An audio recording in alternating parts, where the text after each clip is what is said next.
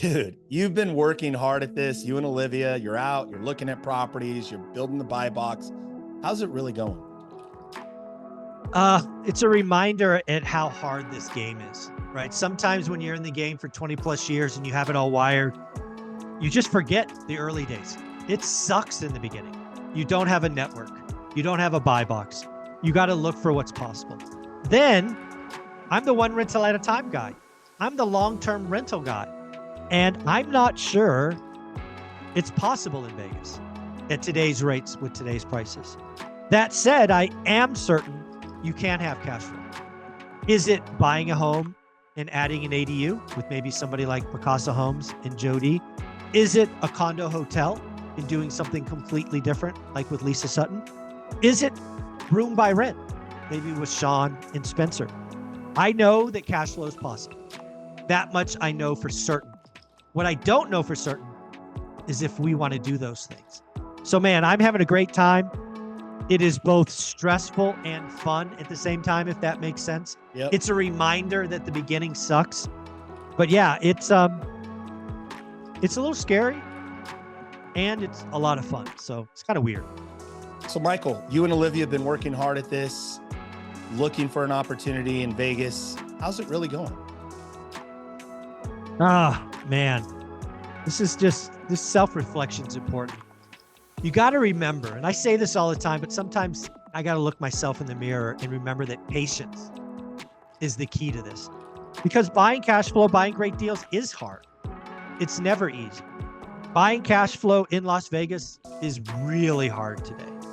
And, we happen to be in a financial position where we could kind of force it if we wanted to, but we're not. We're going to be true to the mission. And I have to be patient. I have to have a buy box. I have to look at it every day. I have to run my numbers. I'm spending 90 days. I'm spending 5 months with daily discipline. I got to remember that I have not earned the right to write an offer in Vegas. I haven't done the work yet. So it's a great reminder that patience is the key to this whole thing.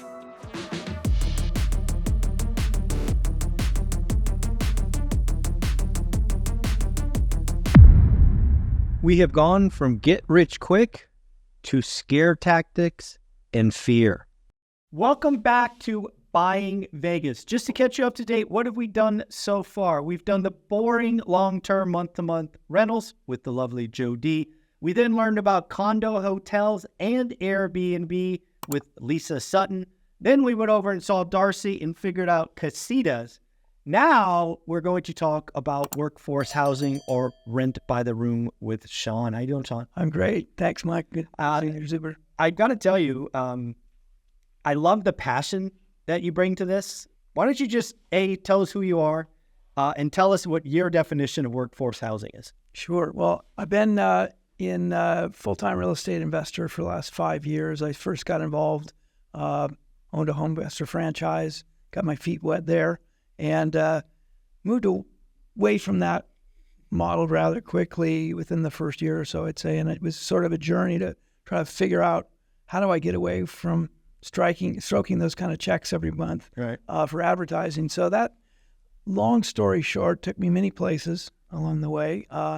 And it was 2021, I think we first started looking, my wife and I, we, as my other team member, it's the power of two, started looking at this shared housing in any number of different settings, and none of it really looked terribly appealing. It looked like a lot of work and a big job, and for not necessarily the return that we were looking for.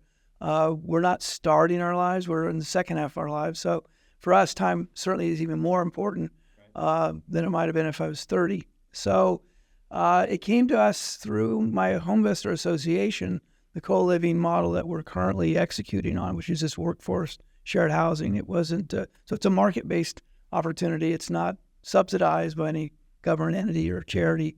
And it started out grandiose. It was in 2021. We got involved, and then we got talking with the folks at PadSplit, some of my colleagues at Home Investors. We convinced PadSplit they needed to be in Vegas.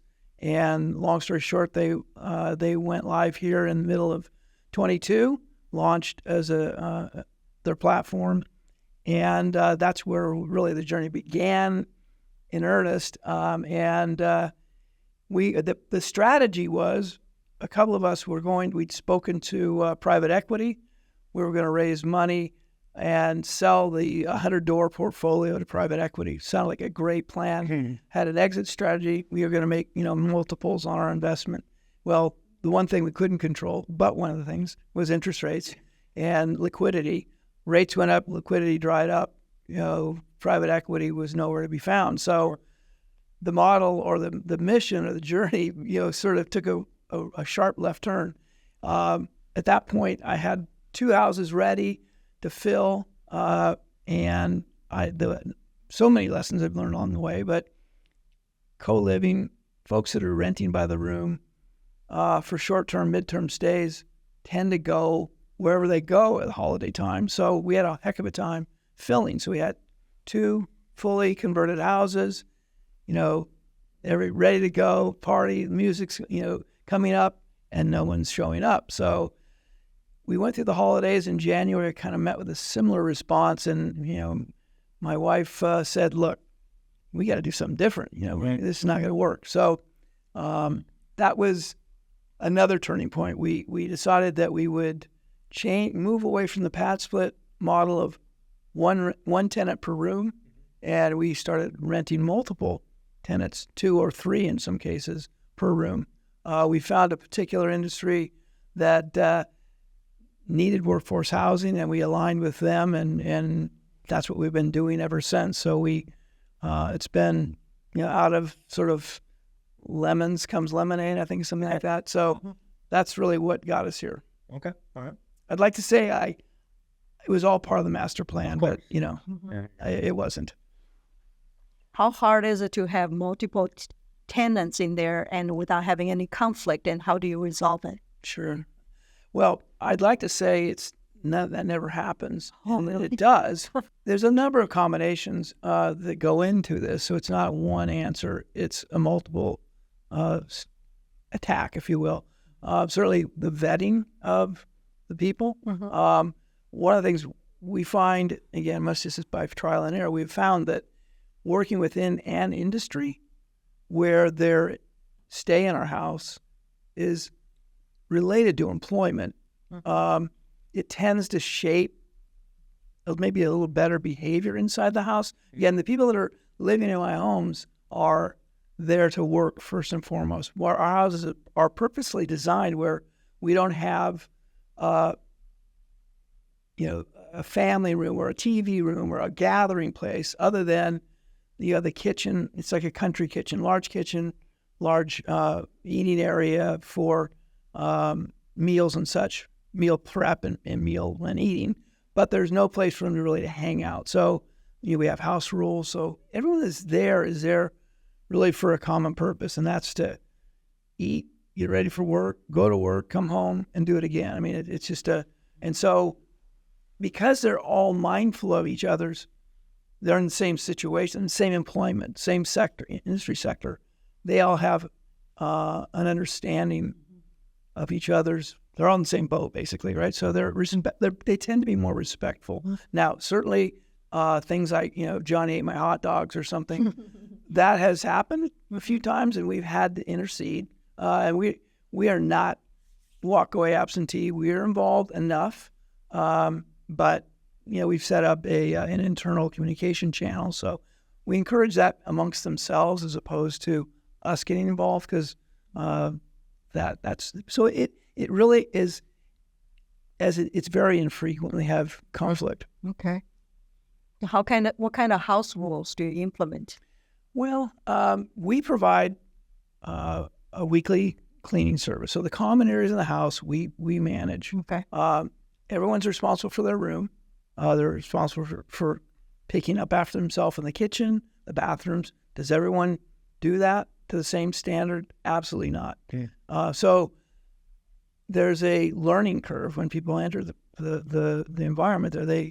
But there's tends to be an esprit de corps or a culture in the house that precedes them. So they kind of plug in. So it's kind of going down the right path an outsider comes in and kind of looks around and figures out how to plug into that environment. So so house rules are just sort of basic stuff, in terms of, but we do have requirement. There's no alcohol, no smoking, certainly no party, no overnight guests. There's no couples in our houses, so there's noise allowed. And so what that does also is, because everyone's there as an individual, there's not a power center there where someone can kind of influence how the house operates. So everyone kind of comes up with, kind of in the same path, I guess, if you will, and is looking for the same experience, which is, a safe, clean, affordable experience close to where they work. Yeah. So when I think about this, let's step back for the folks watching this. Maybe they haven't caught what workforce housing or room by rent are in this case. You're basically buying, let's just say, a 2,000 square foot home as it was configured. Maybe it was a 4, 2.5, something like that. Probably had a family room, probably had some other nooks or a den or whatnot. And I think what you're saying is, or what it sounds like you're saying is, you go in and in those spaces you create more rooms. Absolutely. Right. You're really trying to get more bedrooms. So a 4 to 2,000 square foot house could be a 6, maybe a 7. Yeah. So the ratio is, figure 300 feet per space, rentable space. So I don't even need to look. I don't need to even walk a house. I don't have to be in it. I don't need to have pictures. I can say, this square footage, I should be able to get 7 or 8. So I start modeling from there and see if it even makes sense to even consider it beyond that. So every house you would go in, you're basically getting rid of dead space that you can't rent and creating a bedroom, right? Or more bedrooms. So, yes, absolutely. And up to a point. Now, that I will say, and of course, bigger is better, more is better. When you start looking at the numbers, you go, well, there's no end to good. But some is good, more is better. Remember that these are designed as a single occupancy domicile. So there are certain internal systems that get overburdened at some point. Without getting into the details. But I mean, just the simple things of, how big is the kitchen? How many people could be cooking in the kitchen? If you've ever had a holiday event and you got family members, all everyone's crammed in the kitchen cooking and social, it gets busy. So there is a diminishing return in terms of what's the sweet spot, I guess. All right. So adding bedrooms makes sense, because adding, more bedrooms, more rent. The thing that I think about this, and I'd love to hear about, is parking, right? We have rental units. We even have parking issues when we rent to one family, right? In some parts of Fresno, right? There's no street parking and all of that. So, if you're going to get 7, 8 adults, probably most of them have a car. How does that work? Well, I'll talk about my experience, also my particular avatar or tenant, and also answer by saying a lot of it has to do with the neighborhood. First of all, I would say that first I'm looking for a neighborhood that's consistent with the guest that's going to be in my house. Meaning, I'm not going to go to an A or B neighborhood, probably, or B or A neighborhood with certainly nothing with a homeowner association, and then expect I can get away with multiple cars parked in the driveway, in the front yard, and around the corner. And so siding for these houses is really a big part of it, and that's nothing I can just say, go do this. It really takes a developed, a trained eye, right? So that's definitely something to look at, right? You can't go to an HOA. You can't do these. They're going to be rules. You could, but I would highly advise against it. The HOA is there for one reason. That's to set and enforce rules. And so I'm already going at odds with that. So, but to answer the question about how, it's what I've learned, and I'll talk about the Patchwood environment because I am close to those folks, and I'm familiar with how they operate and their hosts' houses. It's interesting that, again, one of those expectations, everyone's got a car. Well, we already learned is everybody doesn't have a car. Okay. Particularly today, with Uber and Lyft and if you're siding close to employment, it isn't as big a deal. It's not like me, in some place where, say in Southern California, where, you drive an hour anywhere and you got to have for everything. Right. And so All right. And in my case, my avatar guest doesn't live here, so they don't have a car.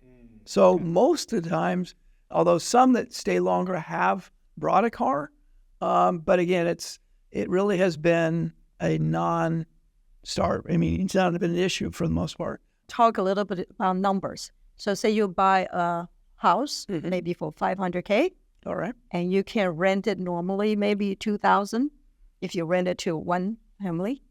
But if you break it into, say, 3 or 4 tenants, how much more can you usually get?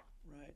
Well, I'll answer that in a couple ways too. But because again, using all the weasel language, it depends on the market, right? Right. Like asking the attorney a question. But say, just something else. from your own experience. Right. Sure. What you're seeing is what we're demonstrating is roughly 3 times gross Okay. on whatever the single tenant rental would, that same house would rent for. 2 times net. That's after all expenses.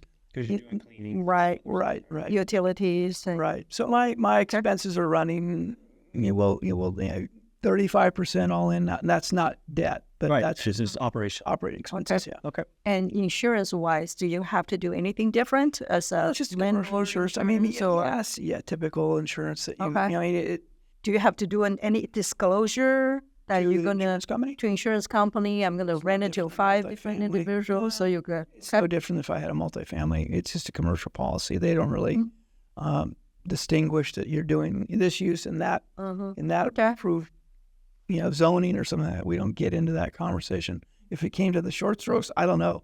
Who wants to put it? Hopefully I'll have no claim, so I don't have to find out. Okay. So break this down a little bit more. So it sounds like you tried to rent by the room, and that didn't work for the season. But now what do you got, bunk beds or something, or what are we doing? Well, we have, again, we pioneered this thing. My wife and I made a conscious choice to we need to learn this. And we were all in. Whether we want to do it to begin with, we were all in. And so we needed to figure out every aspect of it. So by design, we've done everything, including furnishing and unfurnishing and turning rooms and everything in between. The question, I'm sorry, I lost myself in my explanation. You went from renting by the room to now bunk beds. Right. So we have tried. There was a time during this last 2 years where, again, demand was really spiking, and we thought, we're turning people away. Right. We should densify the rooms. Let's go to bunks. Right. So we did go to bunk beds for a while. What we found was that even though there was a market for going, lower price and densifying the rooms, again, we go back to that same explanation that at some point there's a diminished return when you start adding more people to the house.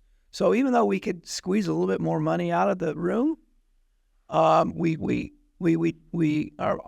model is $1,000 a room, whether we have a single tenant or double occupancy, which is almost all rooms today, or if we were doing triples. My wife was quite concerned about the potential liability of a bunk bed. Right. Sure. And so we tried it despite, I was the one driving that one, and we quickly moved away from it. Not so much because people couldn't get up and down, but just for the fact that we realized, our 9-bedroom house really was getting maxed out at 18 people. Right. We started going into the 20s, and it's that's bad. That's a lot of people. Yeah. Well, I find the model starts to fall apart. Fall apart means a little dramatic, but it starts to diminish at $500,000 or above. So so on the price point under 500,000, I find you can probably all day long between high threes, certainly, and almost up to 500,000. Okay, depending on the size of the house. So. Very, very cool. Any last questions, Hutton? I think I'm good. Okay. Yep. Very helpful. Lots of information. Good. Yeah. Thank you. Where can people find you? Look you up. Well, they can find me on my website, which is still under construction, but Bigger Rents is the name, and I'll make sure that's available to you. Well, Bigger Rents. Bigger Rents. Rents. Yeah, that's a good one. BiggerRents.com. Yeah. biggerrents.com, folks. Go look it up. Sean, thank you very much. Honey, thank you for doing this. Guys, take care. That's Buying Vegas. You know, the rent by room pad split model is very interesting. Who else do you know that does this and has success with it? I know a guy in Vegas, Spencer Cornelia. He's been on my channel a couple of times. He does that, does Airbnb, long-term rents. I think we get inside one of his units and really talk about what's what. See if it's real. I got to see if it's real.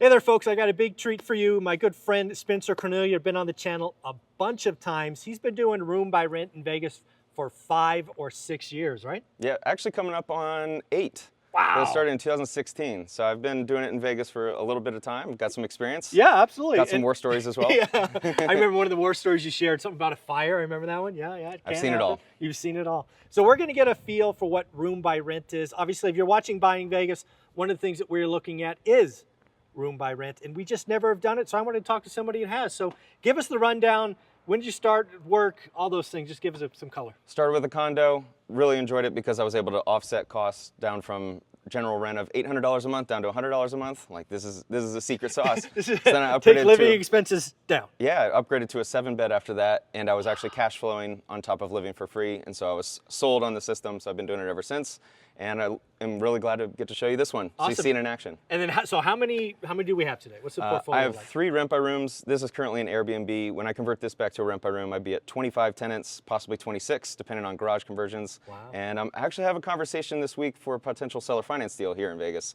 Yeah. Which would be another 6 or 7 tenants. Well, I think that's really fun because one of the things that I believe is going to happen over the next 6 months, because I think we have high prices and high rates and the market is slowing down. That means transactions will slow down, and because we've been doing this a while, motivation picks up. So seller financing is something I think is going to become very key the next 6 months. So didn't even know that was coming. I'm hoping so. I think it's a big deal. Why don't we take a look what he's doing? All right, so what do we got? Walk into the grand living room. I'm always thinking about how I can add bedrooms because that is, in my opinion, an insane ROI. If you can just throw up a wall for $3 to $5 grand and get potentially $700, $800 a month in rent, I think much more in the future. And so I immediately think for the rent by room model, you could turn living rooms into bedrooms, and that to me is kind of the edge in the market where you can get more than market rent. Right, so that's how you maybe turn a 4 or 5 bedroom into what you talked earlier, a 7 bedroom. Yeah, so 4 or 5. You're taking living rooms and making bedrooms. Right. So something to think about if you're penciling out the numbers is you may be able to see stuff that others don't. So a general, this house would probably rent for about $2,800 a month. As is 5 bed. However, if you go to 7 bed rent by room, I'd be probably about $5,600. Wow. So we're talking roughly twice is what I look for. Wow. And that's where you get the extra rent that would justify the effort needed to do rent. So if we visualize there's a room here, this is the hallway. Obviously the TV's down at this point. It's just one long hallway. Yeah. You don't have to worry about practicality too much with rent by room because you are dealing with people that are going to focus more on price. Right. They just want a place to live. You keep it safe, secure, clean. Yep. That's all they ask for. All right. So we come in here. This is going to stay common area? This would stay common area, yeah. I generally like to keep it a common area, mostly out of just for pictures and showings, even though it won't get used as much. I would probably consider maybe adding some desks in case people do work from home and want to leave their room. Oh, that's a good idea. It'd be nice to have. It's really open and spacious, so it does feel comfortable for someone to come out here. Okay. Most people actually go in their rooms and kind of mind their own business, which is ideal. Yeah. Less collision means less potential problems. Right. And typically downstairs there's a bathroom. What do you do with that? Yeah. I'll show you in just a second because I'll convert it. Would you like to head over there now? No, whatever you want. Sure. Yeah. Okay. So one thing to keep in mind, I do have 1 fridge, but you always want 2, possibly 3. Really? I like to have ideally only 2 people per fridge. 2 people per fridge. I've dealt with every problem under the sun. I find problem, solution. Got it. Less people per fridge, less potential for people eating each other's foods. So then where do the other 2 go? Slight awkward. You're going to have to put them in places that aren't going to be the most appealing, but yeah. So you might put one in a corner. Yeah, they'll go over there. Okay, yeah, exactly. All right. We're upstairs. We got all 5 beds upstairs. This is not the ideal layout for rent by room because you have everyone kind of on top of each other up here. You kind of want to avoid that. So ideally you have 3-story houses like in Vegas if you want the perfect model. Right. But that's not for everyone because sometimes the layouts are, you can get what you can afford. Right. So we do have 5 full beds up here. Okay. And then how many baths total are up here? So we'll wrap around this way. Okay. You have 3 beds to 1 full bath right around this corner right here. Okay. These 3 beds do share a full bath. In my experience, I don't have any issues with a lot of people per bathroom. That seems to be a common question. 3 men, adult men to a bathroom, not a single problem. I've had 4 to a bathroom, not much of a problem. Only becomes an issue if you go Mix. Okay, makes sense. So these rooms, these are your generic 10 by 10 bedrooms. I furnish them all. In total, probably spend $20,000 to furnish a full house. So roughly. when you say furnish a bedroom, that's obviously a bed, a frame, a dresser. What else? Maybe some nightstands and some lamps. TV? Generally TV, yeah. So this house is equipped with TV. Ideally, I do. However, I'm finding it's a little challenging because some people have it, some people move in. Can I sell it? Yeah. Anyway, Okay. All right. these rooms will generally get. I like keeping it a little low, $750 total. Okay. That way they don't have to worry about utilities. Okay. Just make a very simple flat payment. Right. And so these three up here would combine for roughly $2,200. Wow. Yep. Okay. And then we'll head this way. All right. This one's a second primary Oh. right here. So there's a bathroom if you wrap around. And this would also be 900? Yeah, I could easily get 800. Okay. I think that's about the higher end. So so let's just call it $1,000. If you were doing $1,000 a month, that's 12 a year. I mean, you could make 40 grand a year and afford room by rent, right? In terms of gross rent? Yeah. Yeah. This would be I was getting $4,000 a month from just this, no extra bedrooms. So that'd be 48 a year. Okay. One thing that I've noticed since 2016 is I think the quality of the tenant has increased here in Vegas. And so that's why I am such a big believer in maximizing rooms. It used to be like people would ask me, who in the world's renting from you? People must be struggling to want to live with others. But now I'm starting to get lawyers, people that make pretty good money, Wow. people that have a good head on their shoulders. And I've seen that the quality of the tenant has increased, which makes me even more of a believer in this model. Because I think in 5-10 years, major metropolitan areas, Yeah. I think you're going to start capturing a lot of the people that might make $60K a year, realize that renting for $800 a month, you have to put up with the roommates, but they're willing to do it because inflation hits them hard. Yeah, that's and they actually can't pretty afford it. interesting because I'm actually equating that to like 2010. We really saw our quality of tenants go up, right, heading into that recession. And this could just be people, hey, I maxed out, I partied too hard, I have to lower expenses, I got to pay my bills down. So make 6 figures, do this for a while. Yes. So you clean up all that debt. I mean, that makes total sense. That's weird. Okay. Yep. I like it. So behind me is the other side of the upstairs. We've got a second primary that has their own bathroom, which is the best model is 5 beds, 5 baths or whatever. Yeah. So you're going to get $800 to $900 a month total, Right. furnished, and including utilities for second primary. Primary back here, probably at least $1,000. If someone really wanted to push for it, you could probably find someone that'll pay more than $1,000. Right. I like keeping it a little low. So in total, from the 5 beds, you're around $4,000 a month in income. Okay. Yeah, for a house that would As rent. is, as it As says. is. $2,800 roughly for a single family. Okay. $4,000 for rent by room. So it just comes down to if you want So to that's spend. the gross. Yeah. But you have additional expenses, room by rent, right? You're paying utilities. You're Correct, paying. correct. So what are all those? Oh, that's a good buckets point. of? Yeah. You're probably around $600 to $800. I have a cleaner, a maid service come every month. Sure. So that, if you choose to do that or not, Right. probably different. Which you should. I think you should. Absolutely. I found the culture, people keep it cleaner when you have a maid Yeah. service, ironically enough. Yeah. So again, so 4,000 versus 28, whack off 600 for That's a expenses. good point. Yeah. So the difference is probably around $400 a month, Okay. roughly. All right. Very cool.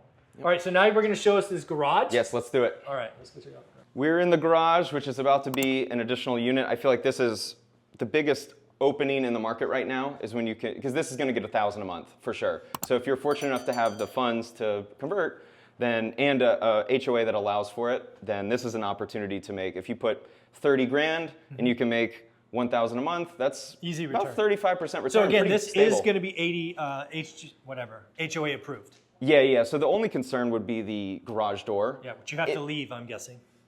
No. I can take it out. Really? Yeah. So I'm gonna take this garage door out, put in windows and an entry door. Oh, interesting. Yeah. So behind me, back here, there is a laundry room at this wall, and then this door right here. This is the laundry room. Excuse me. This is a half bath. I'm actually gonna swap them. Okay. So I'm gonna move the laundry room to a small room, and then the laundry room here is gonna turn into a full bath. The reason why I can do that is right now this could either be a separate unit because they'll have their own entry point, multiple exit points to qualify as a room, and a full bathroom. Okay. However, I'm going to leave it open because if I eventually convert the living room, they need a full bathroom. Got it. So they would share this one right here. Got it. So it's going to be a little costly. I haven't gotten a quote yet, but that's 30 to 40 grand probably. So again, paint the picture for the audience, right? Sure. So you're going to come in right now. It's just a cement floor. You're going to you're going to go up, put a subfloor on this. Probably. Yeah. Yeah, I haven't walked through everything, so I don't know the exact layout. You got to put windows. So we'll have windows on the front right here. Got it. So we're going to get to knock out the garage door. Got it. Create a new wall. Okay. So that'll allow for windows. And then the entryway will be over here on this side? I'm thinking right in the front. Okay, I'll so put a window, door, window. That's what I'm thinking. Okay. Yep. And then in here we'll for sure have probably a king size bed or queen size bed. Oh, for sure. Massive TV with a living room setup. They'll have access to a bathroom, so I don't have to worry about that. I'm gonna have to wall off this tankless water heater right there. Sure. I'll wall that off. Yep. Closet can probably naturally fit right there. Yeah, absolutely. Yeah. Recessed wall. It looks like it should be one. That should be pretty easy to wall in. Now, would you put a fridge in here as well? I'm thinking so. Yeah. Because you want to maybe make this like, hey, you don't have to go anywhere else. This is yours. Exactly. Your own entrance. Right. Yeah. The way I think about this is I'm always thinking about user experience, also how to minimize problems. And if this person who lives and occupies this room Just enter and exit out. as minimal contact with others, just creates less potential problems. So would this be like the one upstairs, $1,000 a month? I'm confident I can get 1,000. Yeah. So with this conversion, I'd be pushing for 5,000 gross. Okay. Ideally, I can get that room over there, maybe add another 600 or 700. That's where you start pushing for the 5,600, 5,700 on 4,000 a month expenses. Right. So now we're talking about in this market, a house that cash flows 1,700. That's pretty substantial. I think and that's why we wanted to look at room by rent. So again, this whole Buying Vegas series, we're taking our, year-long leases, just the normal 2,800. We're being given new things to think about, room by rent. Lisa Sutton is going to take us to go look at, hotels, right? Look at all that. So there's so many things you can do in Vegas that's very unique. Anything else? What would you recommend? If somebody wanted to follow you, what do they do? Oh, well. You got two channels now. Spencer Cornelia is the main channel, and then Spencer the Investor is the second one. All right, folks. That's Spencer. Thanks, guys. What is your real feeling about rent by room, pad split, or rent by room or otherwise? It seems intriguing. Seems like the cash flows can be strong. What are your thoughts? I'm glad you asked. It doesn't feel right to me. And now some of this is undoubtedly a bias I have for being a long-term landlord, year leases and all of that. I understand the value of providing a economical solution. This is how I would answer. I personally would not want to live next to a pad split home, personally. Too many cars, too many people, too many in and out. It's just, I wouldn't want to live next to that, so I don't want to own something like that. However, my opinion shouldn't matter. There is undoubtedly a need for room by rent. Undoubtedly. And undoubtedly, you can make room by rent pencil today at high prices and high rates. I undoubtedly agree that room by rent is profitable. I will even agree that room by rent is needed, but I can't swallow the pill that I wouldn't want to live next to it. And maybe that's just me. Maybe I'm an old fuddy-duddy and I got to get out of it. I don't know, but it just doesn't feel right to me personally. What did you think about Picasso Homes? The finishes, the building materials, the quality. What was your takeaway on it? I have to tell you, I've seen a lot of ADUs, right? I've been trying to do an ADU in California for quite a while. Complete disaster. The casitas at Picasso Homes are amazing. The finishes are outstanding. It's a legit home inside a square footage that makes it allowable in the backyard with square footage and setbacks and the like. I was blown away by Picasso Homes, finishes, quality. It's, I expected something between a shack and a trailer park home. I got a trailer.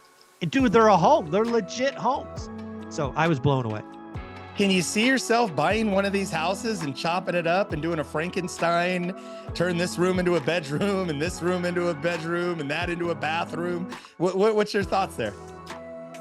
So I have two answers for you. I absolutely cannot. Olivia, who's by the numbers, let's just say he can. So we're having discussions.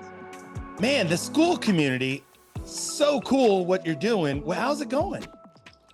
I now believe, and I believe this since the beginning, that the school community will be one of those things that I'm remembered for after I'm long and gone. It now has people stepping up and running accountability groups without me. We have now millionaires repeatedly doing monthly calls without me. It's going to be like my book. It's going to be like the YouTube channel. This is the place to be if you are a real estate investor. Get in the room, get around people that are doing the work, going in the same direction. You'll be amazed at what could happen to your business. I love it. And I got to say, $20 a month, it's like a Netflix subscription where there's thousands and thousands of free content that are all a part of the membership there for $20 a month. Absolutely amazing value. Thank you, brother. It's great to watch it grow. Over 200 members. We're already a top 850 school. My goal is to be a top 100 school. Alex Ramosi, we're coming. Top 100 school. Love it.